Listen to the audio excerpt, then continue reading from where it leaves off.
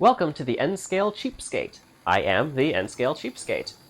It seems like the number one thing that gets talked about when talking about the costs of model railroading is locomotives and rolling stock, and how they've gotten so much more expensive over the years.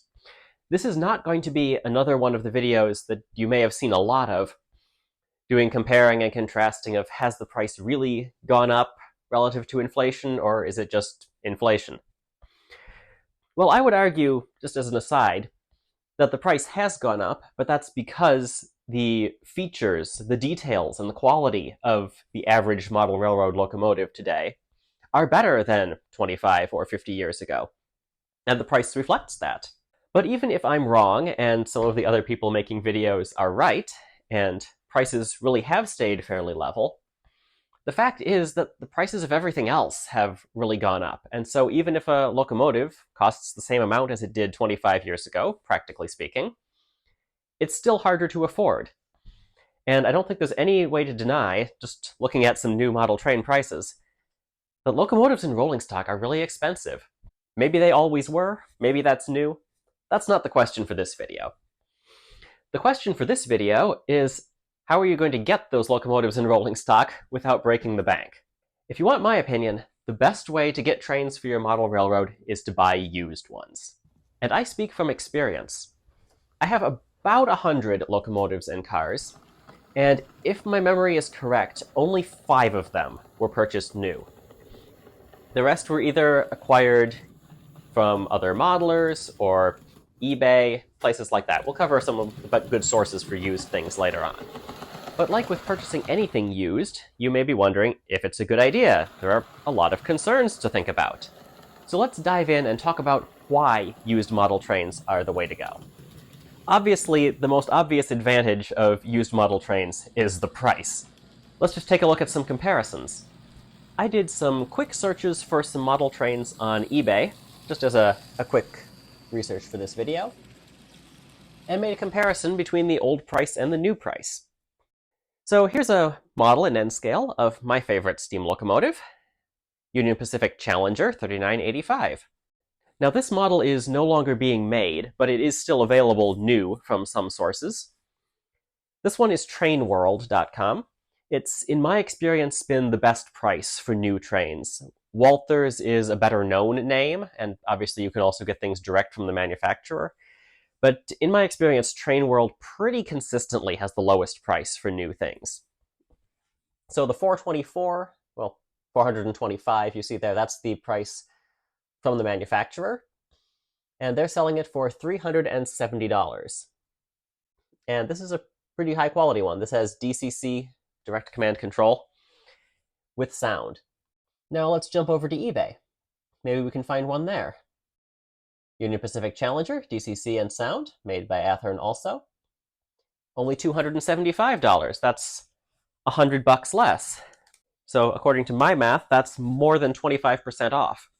And this wasn't even the cheapest one I found on eBay. I just made a very quick search. If you were really looking for a model like this, you could take your time and do some watching and get a better deal than this, even. But let's not limit ourselves to one out-of-production locomotive. Let's take a look at something more average, like maybe some freight cars. I found this set of 4 tank cars for sale on eBay, also with a very quick search. The buy it now price is about $62. So let's divide that by 4. Each tank car is selling for about $15.44, assuming the buy it now price. If you go for the auction, you might be able to get a better deal. But let's say it's that 15. Let's say 15 and a half for sake of simplicity. So I looked up and found these same tank cars. The appearance is different, but it's the same model, for sale from the manufacturer, Atlas. The manufacturer is selling them for a whopping $38.95. $40 for one N-scale tank car. This is why I'm saying you can't deny that model trains are expensive, whether or not that's a new thing. So there's eBay selling it for less than half the price. If we jump up to a more professional seller, rather than whoever's on eBay, trainz.com, that's Trainz, not to be confused with Trains Simulator, spelled the same way, separate organization. they're selling this model of tank car for $18. Still, a little under half the new price. And then, of course, you also can find freight cars sometimes in batches like this one, where we have, I don't know, maybe 100 different cars available, prices like maybe $10. So I think it's pretty obvious that price is a huge advantage for getting used model trains. But are the concerns and problems that may come with those used trains worth that price decrease? Well, let's start going through some of those common concerns. One of them is a lack of direct command control. That's something that's been new in recent decades. And while now it's fairly common for model trains to have direct command control, that wasn't always the case. And a whole lot of the older model trains on the market, locomotives on the market, I should say, are direct current only, with no fancy circuitry. Well, first of all, if you're building a simple or fairly small model railroad, you really don't need DCC. I've never dived into it. Last time I checked, it was still fairly expensive to do, though the price has come down a lot from what it used to be. I do everything with DC block wiring, and there are certainly some limitations to that. There are some times that it could be easier to have DCC, but for a smaller, simpler railroad like mine, and probably what many of you have or are thinking of having, DCC won't be worth it. So that's a consideration. Also, as we just saw with that Challenger model, you can get DCC in the used market now. DCC has been around long enough that it is not hard to find in used trains these days. And if you get one without DCC, unless it's a really old model that doesn't have any way to fit a decoder in it, you probably can either add DCC to it or get an expert to do that. I won't comment too much more on DCC. It's really not my area of expertise. Whether you need it or not is a whole nother question for a different video. Another concern that comes up is that you really have more limited options for used trains. And I guess first of all, I'll say that with new trains, the options are a little more limited than they may seem. It's not like you can just go down to the store and get whatever model you want and whatever paint scheme you want. Things have production runs, and things become easy to find or hard to find. Or maybe you'll find something you want and pre-order it, and it won't end up getting made. There are some limitations in the new market, too. But yes, you are limited with used trains to what's available for sale. And while you can find a huge variety of things, sometimes you may not be able to find what you want. But there can be some advantages to this limitation, too. Let me show you what I mean. With my model railroad, I've ended up with various pieces that I wouldn't even have thought of getting if I was buying new. It never would have occurred to me to get a shay for my railroad. I thought, well, I'm not specifically modeling a logging railroad. Why would I get a shay? But when one came along offered for $5, despite being broken, yeah, of course I'll take it. I can find some background lore for why there's a shay on this railroad, and it's pretty cool. I was able to get it repaired, and it still cost probably less than half of what it would have cost new, if I remember the prices. Same thing with the 262 Prairie. I think I only had one steam engine at the time that I got that, and it was a bigger engine. I was envisioning my railroad as one that primarily ran diesels, but kept that one steam engine around for excursions. But finding the really good deal on that Prairie led me into having a railroad that's running at least as much steam as diesel. And that Rio Grande coach I wouldn't have thought of adding to the collection, but it's a fun way to add a little character and uniqueness to the tourist trains, as well as bringing back memories of a wonderful trip to the Durango and Silverton several years ago. So yeah, limited options can cause you to get things you wouldn't have thought of getting otherwise that can really add some uniqueness and creativity to your railroad. How about the big question that you probably think of when getting anything used? What kind of condition is it in? Well, for something unpowered, like freight cars, passenger cars, there's really not that much to be concerned about. You can fairly well see from the pictures whether it's damaged or not. And if it doesn't look damaged, it's probably just fine. Locomotives are a bigger question, because you can't really see, usually, in an online listing, or maybe a sale at a train show or a hobby shop, you can't necessarily see how well it runs. Maybe at a hobby shop you'd be able to do that. but that's not usually where you're going to find your used trains. It's most often probably going to be online. And maybe the seller will send you a video clip to show that it works, but a lot of sellers just say it runs well, or will say I haven't tested it. And while that is a risk, I would say that model trains are pretty durable.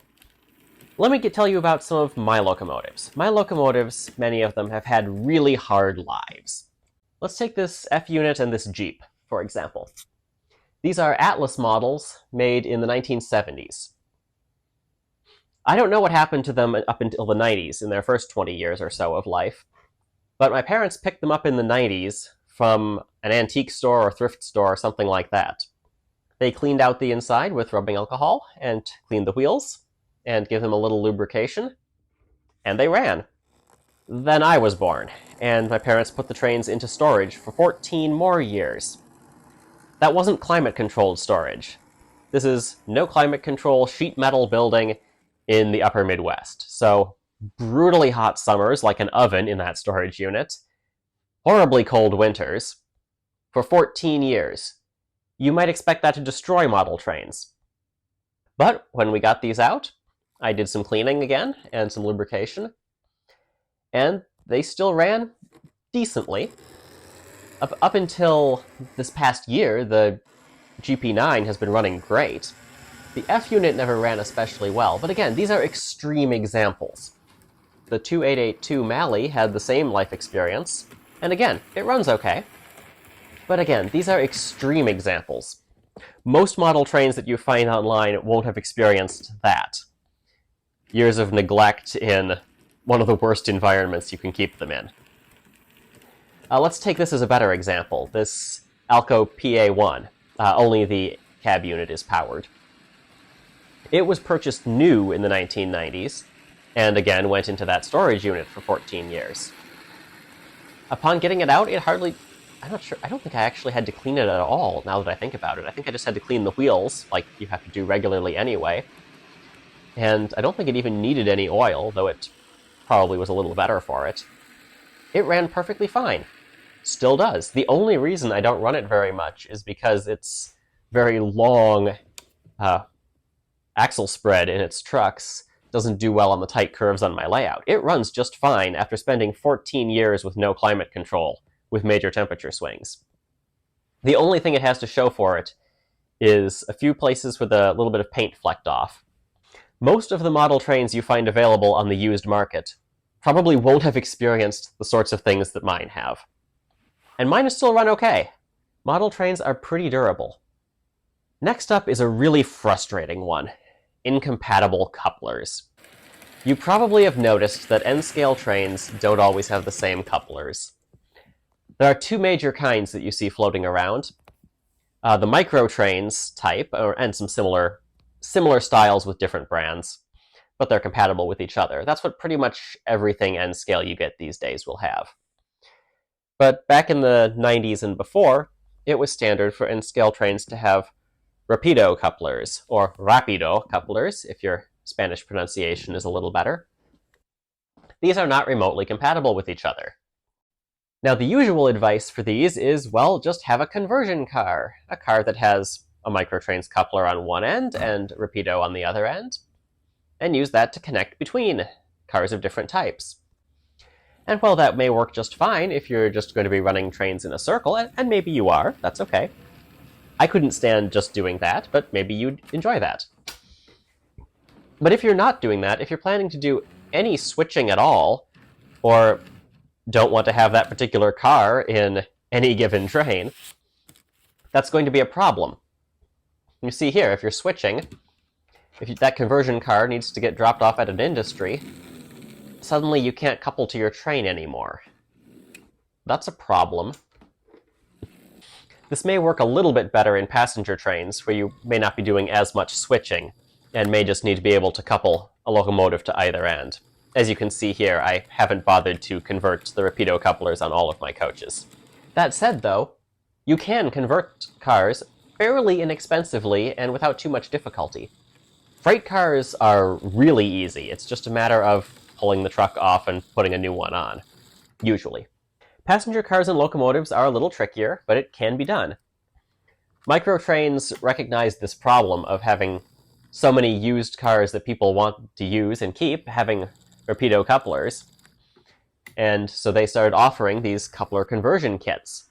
Microtrains has also put together these spreadsheets based on manufacturer, listing all, or at least trying to be all, the model trains that were made with Rapido couplers, and listing which type of conversion kit you need in order to convert them over.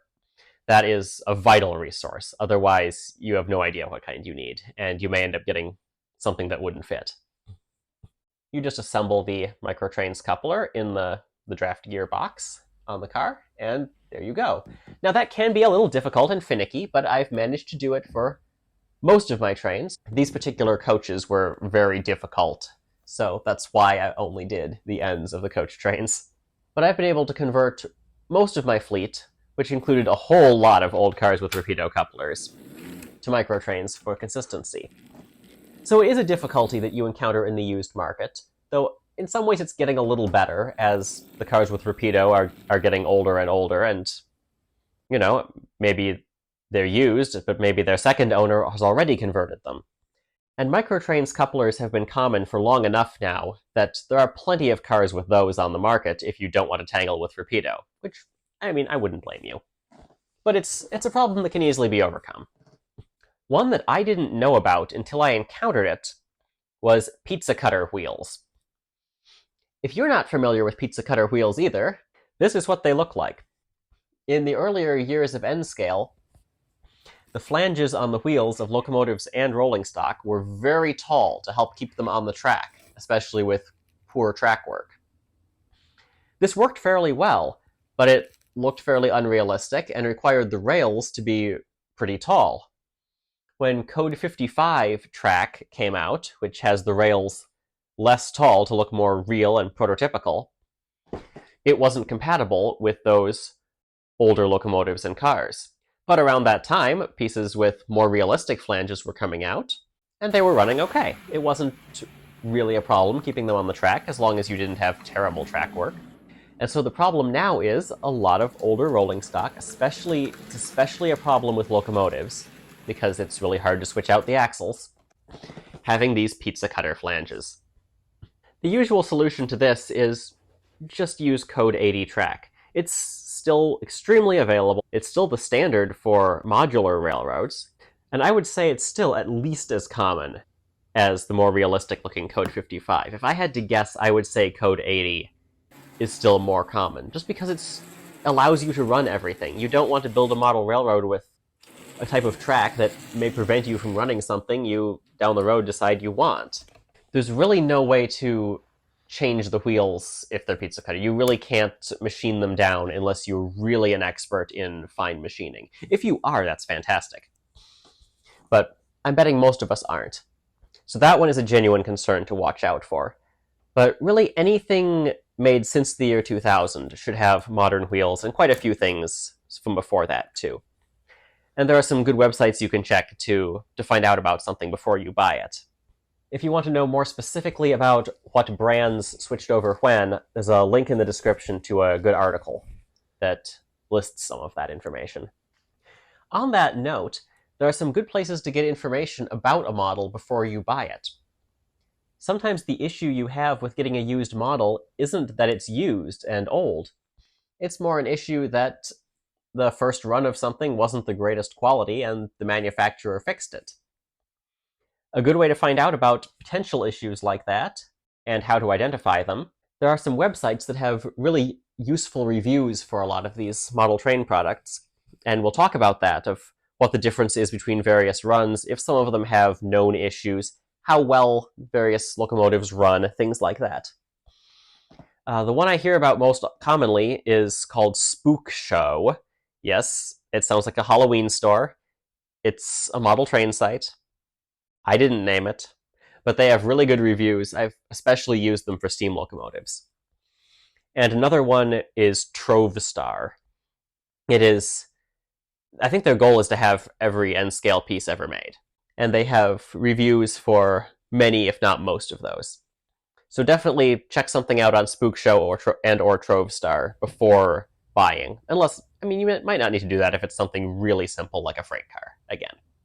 But locomotives, I would definitely recommend checking there. Now that I have hopefully convinced you that used model trains are usually the way to go, where do we get them? Well, obviously, I brought up eBay earlier. That's a very common place. Obviously, eBay is reliable, and in my experience, at least, most of the sellers are as well. I've also bought a thing or two from Trains, with a Z again. I think they sell some new things as well, but I primarily know them as a used model train seller. They may cost a little bit more than eBay at times, but again, when you buy from a company, there's a little bit more confidence that something is in good shape than when you buy from a random seller on eBay who could be honest and could know what they're talking about, or maybe it's just some random person who goes to estate sales and buys model trains and doesn't actually know much about them. One complaint that a lot of people have about buying from eBay is that it's kind of become less of an online yard sale like it once was, and more of people running their own online stores, which is fine for them to do. It's not like that was against the rules or something. It's just become not as good of a deal as it used to be. There have been some Facebook groups created to kind of change that to have really more of a yard sale kind of feel. One of them is actually called N-Scale Yard Sale. And you can find several others too. That's a good place to find really good deals on things. Now, sometimes you can find like a used train bin at a hobby shop, but I wouldn't count on that. Certainly check if your local hobby shop has that. If they do, that's probably a really good source because you can get your hands on the train before you buy it. They probably have a track where you can test it, make sure it works. If your local hobby shop has used model trains, that's probably a very good source. When I'm shopping for model trains, my number one place to go, though, is a model train show. You can usually find sellers there with tables and tables full of trays and trays of used model trains, usually for really good deals. You can get a freight car easily for less than $10. If you look hard enough, you might even be able to find some selling freight cars for $5. They probably will be ones with Rapido couplers, so add on several bucks more for the cost of a conversion kit, but still a very good deal. But in my experience, the number one way to get a good deal on used model trains is being part of a model railroad club. I was in a model railroad club for about 8 years, starting in college. This was an N-track modular club, and I acquired quite a bit from other members of the club and from outside sources that reached out to the club. When someone who had a large or a small layout passes away or downsizes, it's not uncommon for the family to reach out to a model railroad club to try to sell everything off, and they're not trying to price gouge or make a big profit off of it. They just would like to get rid of it. And that can be a really good way to get some models. They want model trains to go to a good home. You want a good deal on model trains. It's a perfect match. That's where I got the Shay and the 262 Prairie, as well as some of my Great Northern coaches. You'll also be able to get deals from fellow club members. Maybe they had some pieces that they decided they didn't want anymore. Maybe they're going in a different direction with their modeling. Or perhaps, like one guy in my club was, they're downsizing. One guy in my club had a really big collection of Great Northern and Burlington Northern trains. And he was getting ready to sell his house and move to a retirement community that had a model railroad, and he was staying in the modular N-Scale club. But he really didn't have room to store all of his trains anymore. And when he realized that I was also modeling the Great Northern, he would always offer his Great Northern pieces to me first before he sold them. And, I mean, he offered me the same price that he was offering to the rest of the club, and it was a really good deal. I don't think you'd even find that price online. It's only because of him that I was able to afford to acquire my Great Northern Empire Builder passenger train. It's only a few cars short of the prototype. So there you have it. Online stores like eBay and trains, Facebook groups, hobby shops if you can, and train shows and model railroad clubs are really the best sources. Well, I hope I've assuaged some of your concerns about buying used model trains and convinced you that that's a really viable option, at least, for having a model railroad, that you don't have to break the bank anytime you want a new locomotive or a new set of rolling stock. If you have any follow-up comments or questions, feel free to put them in the comments down below. If you want to see more videos like this, you know what button to click on. You know how this works. Thank you very much for watching, and until next time, have fun with your model railroad, and God bless. Ran from Chicago to Seattle.